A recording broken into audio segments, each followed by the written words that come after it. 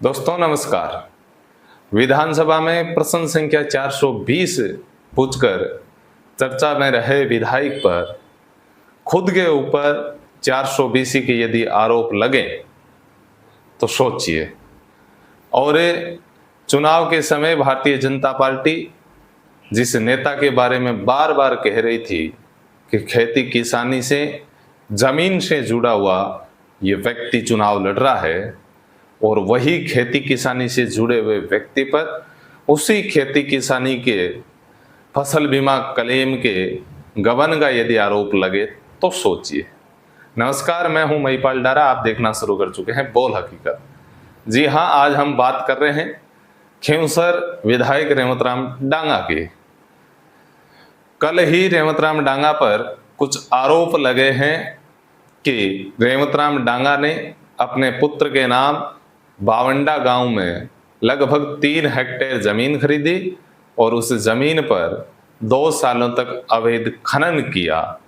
जब इस बात की शिकायत हुई तो उसका भी कोई समाधान नहीं हुआ, क्योंकि आज़ादी के बाद से लेकर अब तक रेवतराम डांगा का परिवार, चाहे वो सरपंच के पद पर रहा हो, चाहे वो एक बार प्रधान के पद पर रहा हो, और चाहे वर्तमान में विधायक के पद पर रहा हो, आजादी से लेकर अब तक राजनीति में सक्रिय रूप से भूमिका निभाने वाला ये रेवतराम डांगा का परिवार, तो उनकी शिकायत का समाधान तो इतनी आसानी से तो नहीं होना था। और वैसा ही हुआ। लोगों ने शिकायत की लेकिन अधिकारियों ने उनकी एक भी नहीं सुनी।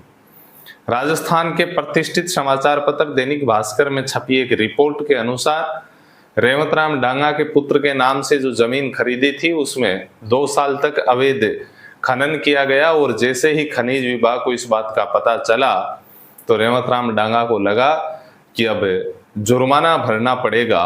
तो आनन फानन में नियमों के विरुद्ध जाकर उन्होंने इस जमीन को अपने साले के पुत्र महेंद्र मिर्धा के नाम इस जमीन का बेचान नाम कर दिया। जब पत्रकारों ने इस संबंध में रेवतराम डांगा ने सवाल किए तो रेवतराम डांगा ने मना कर दिया कि मेरे पुत्र के नाम ऐसी ना तो कोई जमीन है और ना ही मैंने कोई उसका बेचान किया है। लेकिन ये सोशल मीडिया का जमाना और संचार क्रांति का परिणाम ये हुआ कि रेवतराम डांगा के पुत्र के नाम की जो जमीन थी उसकी जमाबंदी सोशल मीडिया पे वायरल होने लगी, और उसके बाद गलत तरीके से उस जमीन का नामांतरण करने की जो प्रतिलिपि है वो भी सोशल मीडिया पे वायरल हो रही है, जिसमें साफ लिखा है कि 2.80 हेक्टेयर जमीन रेवतराम के पुत्र अशोक डांगा के नाम से ये जमीन खरीदी गई, और अभी मई माह में इस जमीन को रेवतराम डांगा के साले के पुत्र महेंद्र मिर्धा के नाम इस जमीन का बेचान नाम भी किया गया है। लेकिन रेवतराम डांगा ने इस बात का इनकार किया है।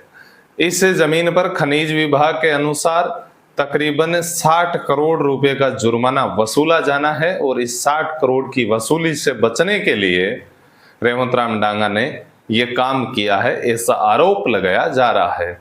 नागौर जिले में खनन माफियाओं के खिलाफ शुरू से आंदोलन चल रहे हैं, और ऐसे अनेक मौके हैं जब खनन माफिया और ग्रामीण आमने सामने हो जाते। ऐसा ही एक प्रकरण हाल ही के दिनों में रियाबड़ी में घटित हुआ था, जिसमें बजरी माफियाओं का आतंक इतना था कि गांव के लोगों पे कैंपर गाड़ियां चढ़ा के उनको कुचलने का प्रयास किया गया, उनको मारने का प्रयास किया गया। एक बड़ा आंदोलन रियाबड़ी में हुआ था जो हनुमान बेनीवाल के नेतृत्व में, उसके बाद सरकार की ओर से समझाइश भी हुई, लेकिन उसके अगले ही दिन ऐसी घटनाएं जो होती हैं वो सच में कहीं ना कहीं ये प्रश्न चिन्ह जरूर खड़ा करती है कि सरकार की कार्यशैली क्या इसी प्रकार की है। वहीं दूसरी ओर इससे आरोप लगने के बाद उपचुनाव में मिली हार के बाद अपनी जमीन खो चुके हनुमान बेनीवाल के लिए शायद ये सुखद संकेत हो सकता है, क्योंकि उपचुनाव में हार के बाद हनुमान बेनीवाल को लेकर ऐसे कयास लगाए जा रहे थे कि खींवसर क्षेत्र में इनकी पकड़ अब कमजोर हो रही है। लेकिन बीते 2 मास से हनुमान बेनीवाल फिर से सक्रिय हैं। जयपुर में चाहे वो शहीद स्मारक पे चल रहे एसआई भर्ती को निरस्त करने के मामले को लेकर बैठे हुए हो, चाहे इन बजरी माफियाओं के आतंक का खात्मा करने के लिए वो आंदोलन कर रहे हैं। और इसी आंदोलन की कड़ी में 15 तारीख को उनका नागौर में एक जन आक्रोश रैली भी प्रस्तावित है। और उससे पहले इस प्रकार की खबरें आना शायद हनुमान बेनीवाल के समर्थकों के लिए अच्छी खबरें हैं।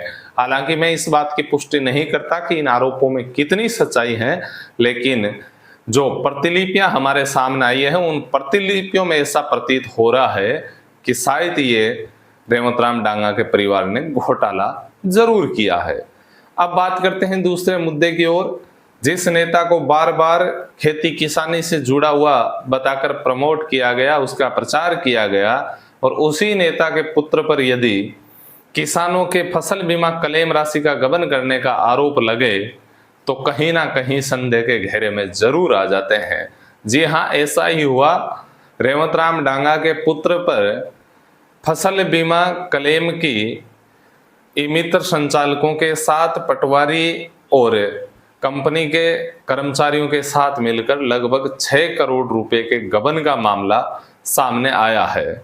अलग अलग गांवों में किसानों की जो खेती है, जो जमीन है, उसको अपने खातों से लिंक करके और वहां पे झूठी फसलें दिखा करके उन जमीनों पर से फसल बीमा का क्लेम उठाया गया है, ऐसा आरोप लोगों के द्वारा लगाया गया है। हालांकि इस बात की पुष्टि नहीं हो पाई है कि इन आरोपों में सच्चाई कितनी है, लेकिन सरकारी कागजों की माने तो कहीं ना कहीं इस प्रकार का गबन जरूर हुआ है। फसल बीमा क्लेम इसमें शुरू से ही लेकर इस प्रकार के घोटाले सामने आते हैं, लेकिन इस बार इस घोटाला में रेवंतराम डांगा के पुत्र अशोक का नाम भी शामिल आ रहा है। बताया जा रहा है कि उन्होंने 7-8 खसरों में इसबगोल की फसल दिखाकर उसमें फर्जी क्लेम उठाया, जो तकरीबन 2.5 लाख से ऊपर रुपए का एक खसरे पर था। तो इस प्रकार से फर्जी क्लेम उठाने के गबन का आरोप भी रेवंतराम डांगा के पुत्र पर लग रहा है।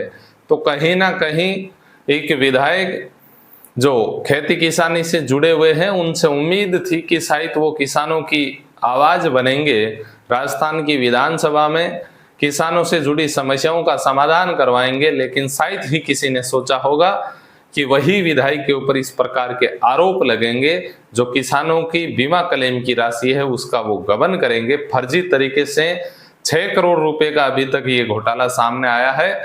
लगभग 6 करोड़ रुपए की राशि जो फर्जी तरीके से, जो जमीन के असली हकदार दूसरे थे, लेकिन उनके खातों में अपने अकाउंट जोड़ के और उस राशि का ये गबन किया गया है। तो इस प्रकार के ये 2 घोटाले, जहां एक में 60 करोड़ रुपए का वसूली से डरकर जमीन का नियमों के विरुद्ध जाकर बेचान करना, उसमें अवैध खनन करना, वहीं दूसरी ओर फसल बीमा क्लेम राशि का गबन करने का आरोप खींवसर के विधायक रेवंतराम डांगा के पुत्र पर लग रहा है। देखना होगा कि इन शिकायतों की जब जांच होती है तो कितनी निष्पक्ष तरीके से होती है, और इन जांच में सच्चाई क्या है वो सामने निकलकर आती है, या सरकार के या विधायकी के जोर से इस सच्चाई को दबा दिया जाएगा, वो तो आने वाला समय बताएगा। आज के लिए इतना ही, दीजिए इजाजत, मिलते हैं किसी अगली खबर पर आप सबके साथ में। यदि आप हमारे चैनल पे नए हैं तो हमारे चैनल को आप सब्सक्राइब करें। यदि वीडियो पसंद आ रहा है तो अपने प्रियजनों के साथ, अपने मित्रजनों के साथ शेयर जरूर करें। Thank you.